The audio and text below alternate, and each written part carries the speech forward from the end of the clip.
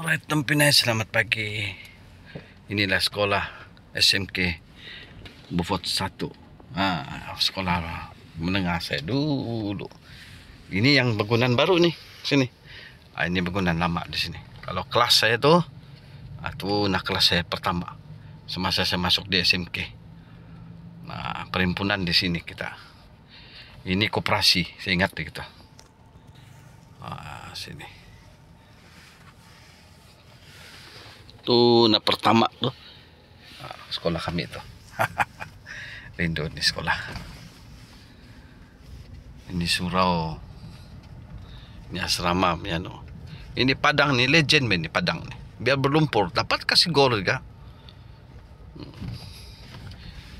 Ini surau, ini guru besar punya rumah. Kotos lah. Ini kotos sekolah Cigu. Oke, tempatnya balik dulu.